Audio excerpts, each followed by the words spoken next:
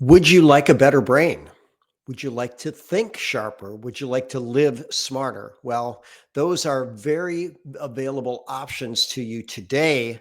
We know more now about the brain than we ever have. The great news is we know what a great tool it is and how we can fine tune it. So I asked AI how much of human advancement is attributable to our brain, and it said at least 95%.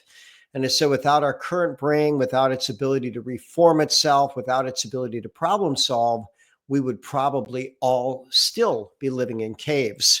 This neuroscientist said the human brain is the ultimate computing machine capable of intuition, empathy, and creativity. And that, by the way, is nothing that AI can currently match. And I really doubt that it ever really could, like a human brain can. So Elon Musk likes to say the human brain is the most powerful tool ever devised. It's a supercomputer that can learn in ways we're only beginning to understand. Well, here's what we do understand. If you make your brain better, your mental health gets better, and then your brain and mental and social and life functions all can get better.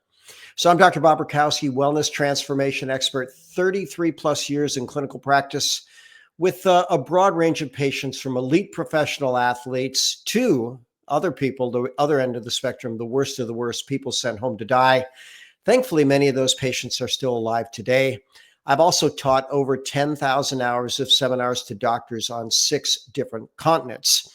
So here's the sad reality about what I'll call our neurotoxic world. 1 in 3 Americans report that they face significant mental health challenges. In fact, I'll show that more than half, the majority, show that there are some brain and emotional problems. And on a global basis, neurologic disorders are the global leading cause of disability. So you start looking, and 53% of the US population reports some type of mental health type issue. The biggest issue is chronic stress, followed by anxiety, followed by depression, mood swings, things like that. But you start looking at all the things that are going on with our brains inside of people in our country. We have to ask the question, why? Because realistically, there's a lot of things that we can be thankful for in the world, but we have created a world that can be really challenging for the brain and mind. So Daniel Amen, best-selling author, psychiatrist, brilliant with brain scans, he asked this question: what if mental health and brain health were the same thing? Well, they're not exactly the same thing, but you need a healthy brain to have healthy mental health. And Daniel Amen says, if you wanted to create a world which was really bad for the brain, you would create the world that we've created. So let's start with some basic definitions. A healthy brain has good cognition. You can think. It has good sensation. It's connected to the entire body. It has good social, emotional regulation. And in fact, when they start talking about social or emotional intelligence, that is about 85% of your success in your life, as opposed to the IQ, the cognitive 15%. It's going to regulate behavior as well as motor domains. So you can become coordinated, smarter, more social with a better brain. And here's what AI says: likely only about 10 to 20% of the US population has a healthy brain. I actually would run tougher standards. I think it's probably 5% or less, but they talk about the major factors being our horrible, sad diet, standard American diet, low exercise rate. Nearly 3 out of 4 people are sedentary. And then there's plenty of people with diagnosed neurologic and mood disorders. So I'm going to go back even further. Why are we here? And Martin Seligman wrote the book Flourish. He says, that's what we're here to do. We're here to create a life where we, enjoy it and actually add value, and maybe even live beyond our own life by creating a healthy legacy. And with a good brain, we are in a better state or better probability to get there. So I look at what Michael Jordan said, and he said, you know what? Or not what Michael Jordan said. Michael Jordan basically lived a lot of his basketball career in flow. Flow has been defined as an optimal state of consciousness where individuals feel and perform their best, characterized by deep focus, effortless action, and a sense of timelessness. So think about that for a moment. We all, or at least most of us, I believe, get in flow state at least weekly, right? And those of us that have a better life get into flow state more often. So if we go back to Martin Seligman, if the purpose of life is to flourish, the more we flow, the more we flourish, and we can flow in many different ways. So I'm going to go with Stephen Kotler. He says, flow is more than an optimal state of consciousness, one where we feel our best and perform our best. It also appears to be the only practical answer to the question, what is the meaning of life? Flow is what makes life worth living. So Stephen Kotler has studied this flow state first by studying extreme athletes and then studying other people and literally looking at the brain and body chemistry that's happening. But what they found out is that when you're in flow state, your productivity can go up by as much as 500%. So think about that. Wouldn't it be nice to spend more time in that flow state? The first book I read by Stephen Kotler, The Rise of Superman, talking about these extreme athletes and then finally The Art of Impossible. But what connects these books is the evolving science of flow and the evolving neurochemistry of flow. So not only athletes, but musicians and business people and even people with academic skills, they're achieving things which were once thought impossible. And there's this very specific brain chemistry of flow. Norepinephrine, that can be a little bit of excitability, maybe even a little pain control. Dopamine is focus. Anandamide is called the bliss neurotransmitter. You want to have bliss a good portion of your life, I think. And when you're in flow, you're there. Serotonin is happiness. Endorphins are pain control. Oxytocin is going to be community, cuddling, binding with people. So what are the benefits of the flow state? Well, how about heightened sense of concentration, heightened clarity, less mind-based obstacles, sense of ecstasy, that's going to be the anandamide, happiness, serotonin, higher productivity, that's going to be the focus, the dopamine, higher satisfaction, also dopamine, and improved emotional regulation, probably oxytocin there. So what are the top 5 flow strategies? Bruce Lee was a guy that probably flowed a lot in his short but wonderful life. He would say, be like water. Water certainly flows, but also flows from state to state. But what are the top 5 flow strategies? Nutrition, we'll go over some keys there. Exercise, sleep, mindfulness, and even human connection. One of my favorite quotes about nutrition is that nutrition is not alternative medicine. Nutrition is the foundation of life. Think about it. How long would you live without nutrition? Not very. But here's the sad reality. They're estimating 5 to 15% of the US population has optimal brain-based nutrition. Again, I'm going to go with lower numbers than that. But the MIND diet is basically a spinoff of the Mediterranean diet, a keto diet, a natural diet, unprocessed diet. They say basically only 5 to 25% of the population has a diet that comes close to that. 70 to 80% of people are very, very low in the omega-3s, and far too many are eating the standard American diet. So the MIND diet was the Mediterranean DASH intervention for neurodegenerative delay. And what's DASH? DASH stands for Dietary Approaches to Stop Hypertension. Interestingly enough, the diet that's good for your brain is also good for your body, also good for your blood sugar, also good for inflammation, also good for your immune system. It's an anti-cancer, pro-longevity diet. And we'll give you some basic guidelines right here. And these actually combine about half a dozen Nobel Prizes. So eat real food, not fake food, not science fair projects, clean food, not those that have been sprayed with herbicides, insecticides, fungicides, or genetically modified. Not too much, not too often. That's both intermittent fasting and calorie restriction, both of which are proven longevity strategies, brain strategies. Every color, every day. These colors have a lot of different names, but they have a lot of different antioxidants, and we'll find out those are one of the most powerful strategies for the brain. And then in a way that honors your genetics, your physiology, and your body goals, mostly plants. That's going to be a great way to nourish your body, mind, and spirit. Now, I asked AI, what are the top 7 nutrients known to get us into flow? Water, number 1, because the brain is so highly hydrated. Omega-3s. Believe it or not, the brain has more omega-3s than any other tissue of the body, and we're terribly deficient in omega-3s in this part of the world.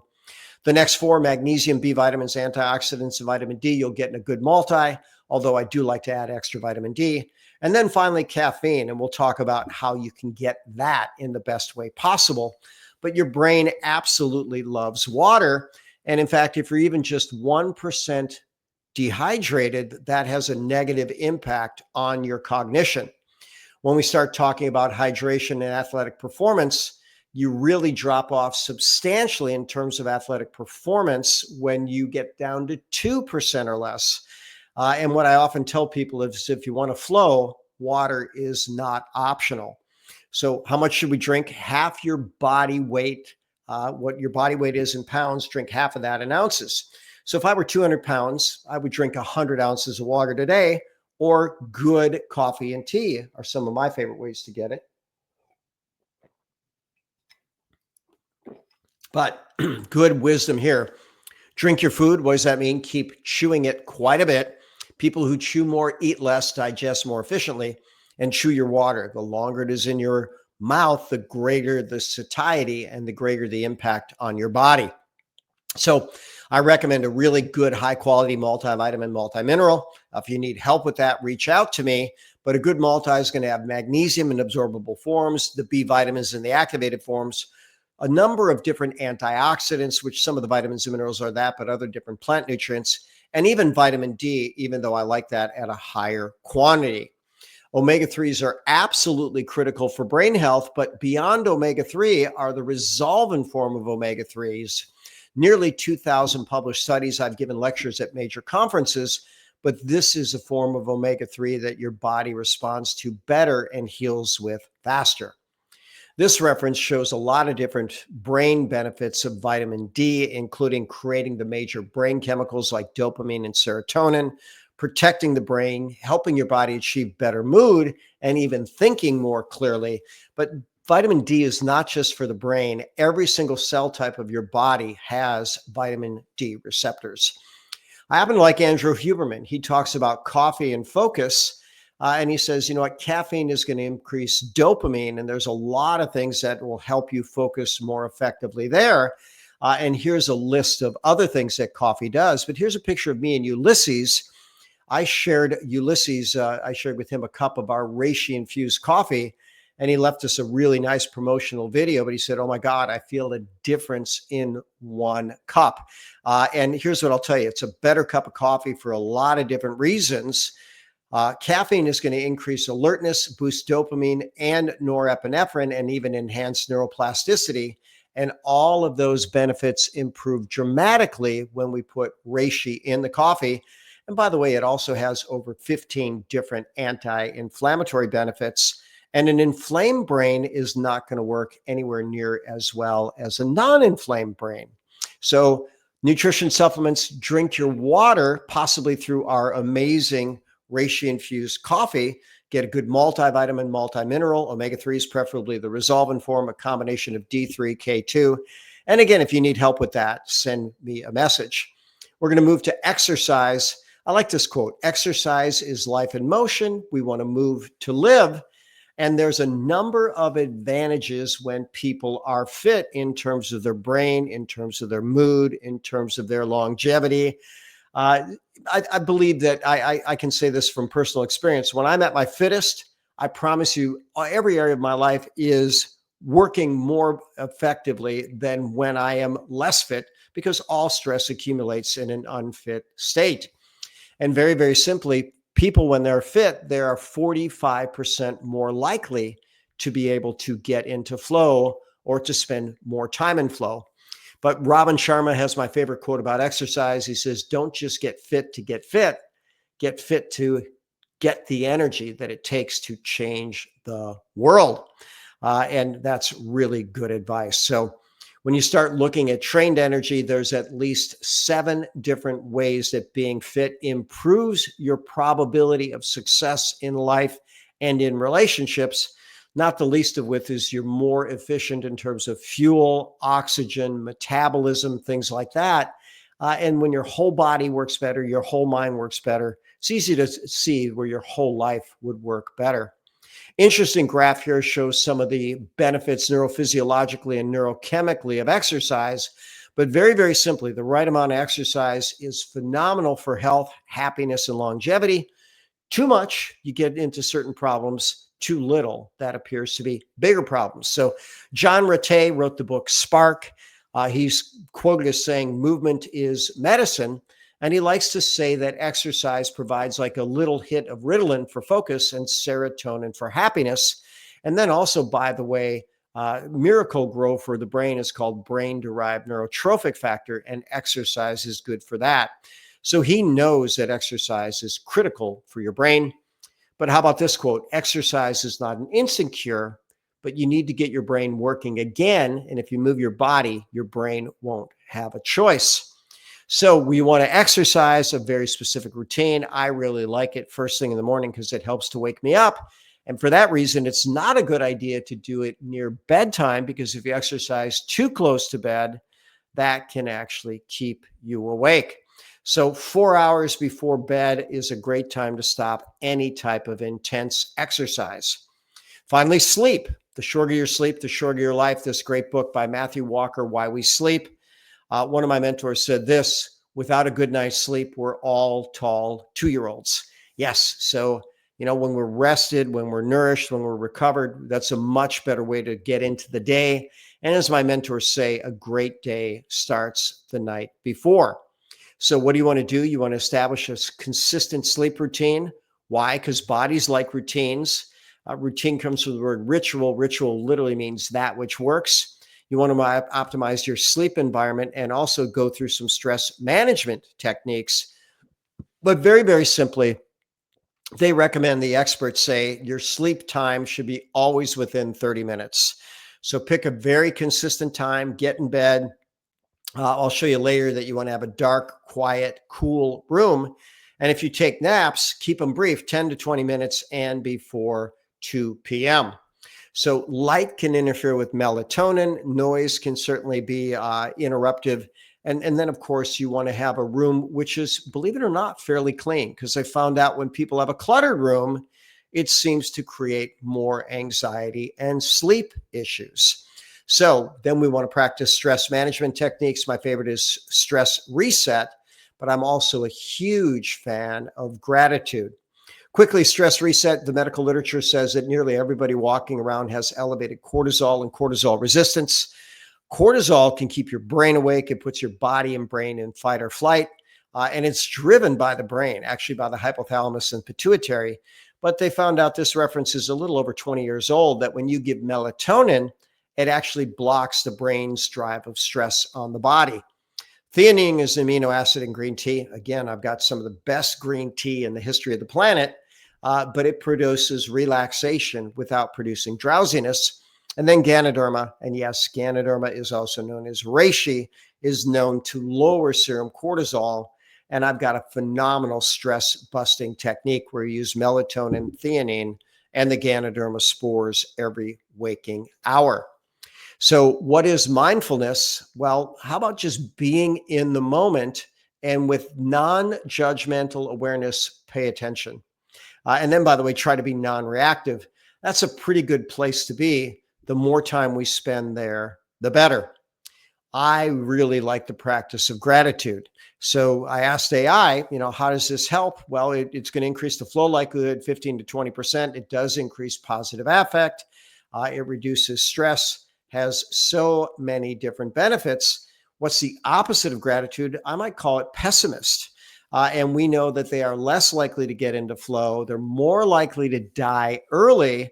And as I listened to a lecture one time longer, the pessimist said, okay, less time to be miserable if I'm going to die earlier. But here's the study now. Optimists live on the average 4 to 12 years longer. And I'm guessing they also enjoy those years. So over 3,300 published studies on gratitude. We know that it works. And why not start and end each day with gratitude? Louise Hay said, she always make a list in the morning, a list at night. You could even project, what are you going to be grateful for today? Hey, I woke up. I could be grateful for. I have a roof over my head. That's awesome. I have a good day planned. Okay, wonderful. And then at the end of the day, what are you grateful for? Just great life tips. And gratitude does change everything. Finally, connections. Aristotle said man is a social animal. I asked AI, are we here to flourish? Are we here to connect? They said, good question. Both, but it's hard to flourish without connection. And you're more likely to connect if you are flourishing. So I had a lesson with a grandmaster in mixed martial arts, and he said, Bob, I would like you to describe success using 3 and only 3 words. And I thought about that. I said, health, happiness, prosperity. And Grandmaster Garza said to me, he says, well, would you like to know what my mentors taught me? I said, sure, why not? He said, Bob, my mentors taught me success is relationships, relationships, and relationships. And here's an interesting fact. There's lots of things that decline, especially our physical abilities early in life, right? You don't see too many NFL running backs still exceeding after the age of, let's say, 35.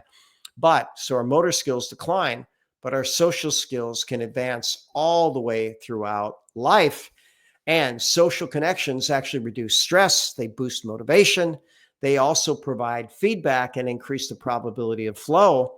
So we literally are social animals. I love this book, The Art of Connection, 7 relationship building skills that every leader needs to know.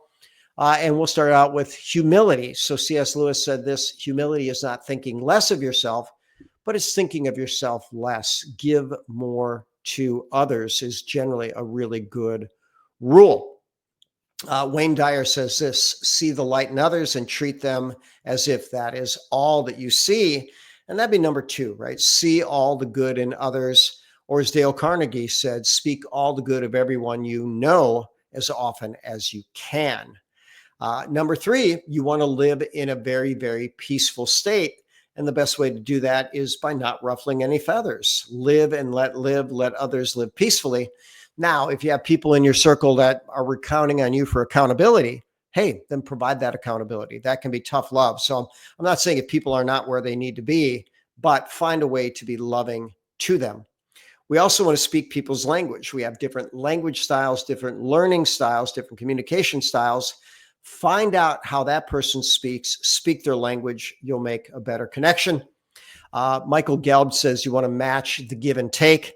I actually like the ideal that we should give more than we're asking for. And that was a famous 70s or maybe 80s song by the Bee Gees. And yeah, if you are more loving than you're asking for, you're probably going to have a pretty good love life. I like this: always give more in service than you receive in payment, and customers will beat a path to your door. So giving should exceed receiving. Authentic listening. Too many people just don't listen well enough. And then finally, going with the flow. It's interesting that we use the word flow and flourish, but whenever you're having an interaction with anybody, Aikido says take whatever you give them and use it however it works best for both of you. And they can redirect so many different ways, but that's a good study because we can do that in conversation. We want to have good social connections. And when we look at survivability, when people are battling something like breast cancer, women who are isolated are 2/3 more likely to die. So we want to keep those good social circles. So now in summary, I'll go back to Stephen Kotler. Flow is the optimal state of consciousness, one where we feel our best and perform our best. It appears to be the only practical answer to what is the meaning of life. Certainly, the more we flow, the more life is worth living. The top 5 strategies: nutrition, exercise, sleep, mindfulness, including gratitudes, and connection. And thank you for listening to this. We do want to unlock our brain's potential in this neurotoxic world. And these are 5 amazing strategies to do it. And as always, I'm Dr. Bob Rakowski, absolutely knowing that we can all be happy, healthy, and successful.